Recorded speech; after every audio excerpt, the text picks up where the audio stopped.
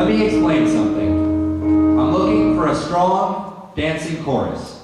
I need people that look terrific together and that can work together as a group. But there's some small parts that have to be played by the dancers I hire.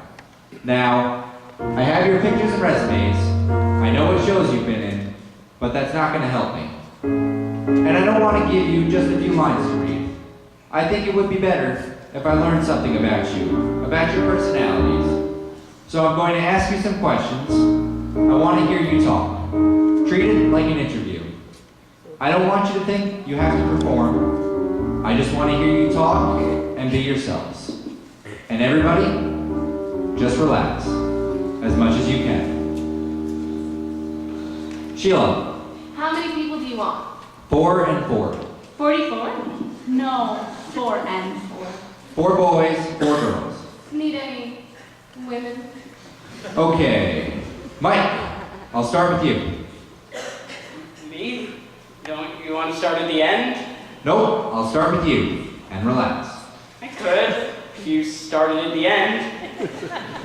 What do you want to know? What do you want to tell me? I'd like to tell you to start at the end. I can't think of a thing. Sure you can. Why did you start dancing? Oh, well, because my sister did. See, I come from this big Italian family. My grandmother was always hanging out the window, leaning on a little pillow, because that's what Italian grandmothers do, hang out windows. I was the last of 12. I was an accident. I mean, that's what my sister Rosalie told me. Oh, Rosalie, she was the one who took dance lessons. My mom would take her along every Saturday, and sometimes I'd come with her. I liked going. How old were you? I was 4, and I'd sit there all perky and I'm watching Cisco pitter-pat. Said I could do that. I could do that. Knew every step right off the bat. Said I could do that. I could do that. One morning, Sis won't go to dance class. I grabbed her shoes and ties and all. But my foot too small, so I'll go with extra socks.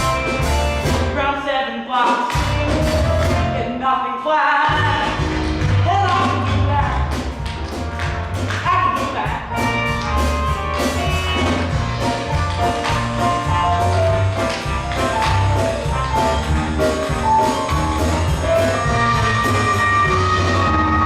I got this glass and had it made.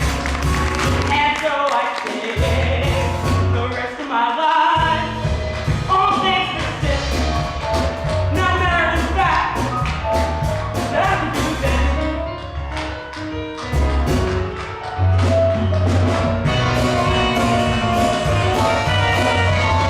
Said I could do. I can do that.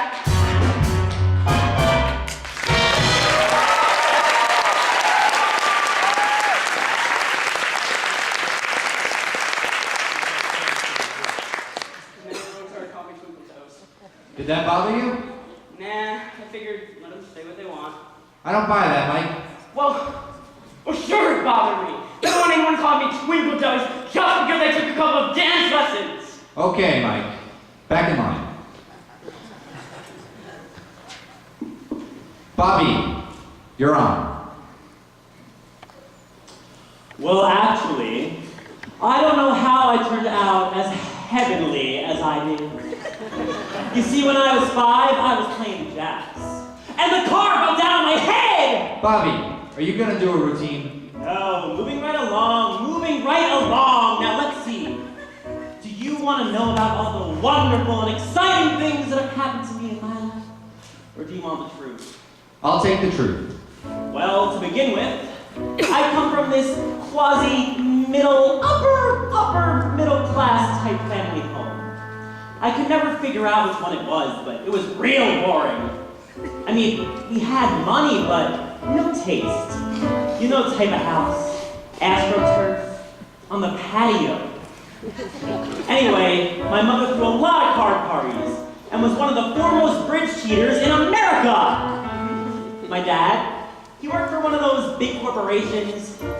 They used to send him out to the fields a lot to drink.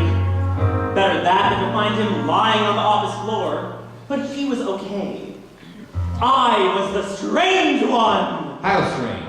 Real strange. I used to love to give garage recitals, bizarre recitals. This one time I was doing Frankenstein as a musicale, and I spray painted this kid silver all over. They had to rush him to the hospital because he had that thing when your pores can't breathe. Luckily he lived because, well, I didn't paint the soles of his feet and... What to find next? What to find next? What am I gonna do? I haven't got a clue. I've gotta think of something. What does he want? What does he want? Stories from the past. I can find one fast. What should I say? What can I tell him? As I got older, I kept getting stranger and stranger. I used to love going down to this busy intersection near my house during rush hour to direct traffic. I just wanted to see if anybody noticed me. And that's when I started breaking into people's houses. No, I didn't steal anything. I just rearranged the furniture and... Working at three, mother and dad both gone. Where's my sweet ex-con? Tied up and raped at 7. Seriously, nothing to obscene. I better keep it clean. What should I say?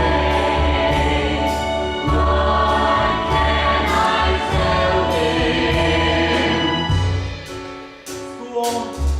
You want to hear about school? See, I went to PS shit. I was the kind of kid that was always getting thrown into lockers. Not only by the students, but by the teachers too! Oh, and I hated sports. Hated sports! Sports were very big. I mean, it was Jock City, but I didn't make one team. I couldn't even catch a ball with an Elmer's glue on it. And wouldn't my father have to be this big ex-football hero? He was so embarrassed he didn't even know what to tell his friends. He'd just tell them all I had polio. Whenever they come over, I used to just limp around the house like this and just keep going. Got in a wreck. I don't know where to start. I'm gonna fall apart. Where are my childhood memories? Who were the boys? What were my toys? Gone beyond recall. And why am I so tall? What should I say? What can I tell him?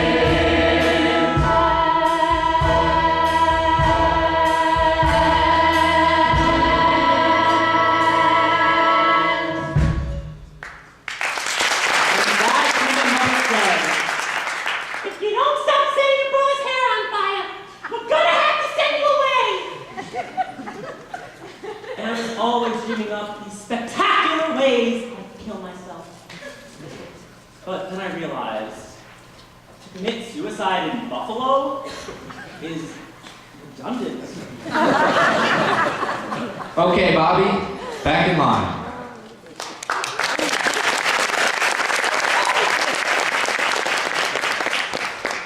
Sheila,